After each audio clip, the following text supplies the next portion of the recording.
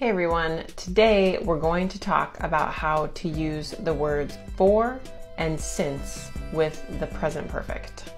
We use for and since with the present perfect when we are talking about things that started in the past and are still true or continue in the present.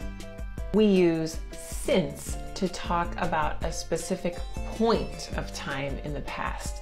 For example, a specific year, like 2003, or a specific time, like 6:00 p.m. We use for to talk about a period of time. So instead of talking about a point in time, like a specific year, we would talk about a period of time, for example, 10 years or 10 minutes.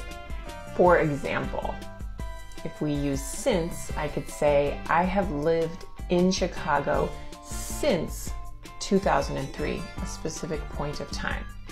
If I use for, I could say, I have lived in Chicago for 19 years. This is a period of time.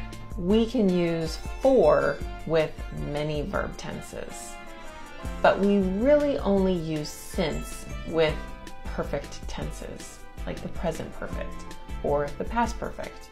For example, I can say, I study vocabulary for 10 minutes every day. This is the simple present.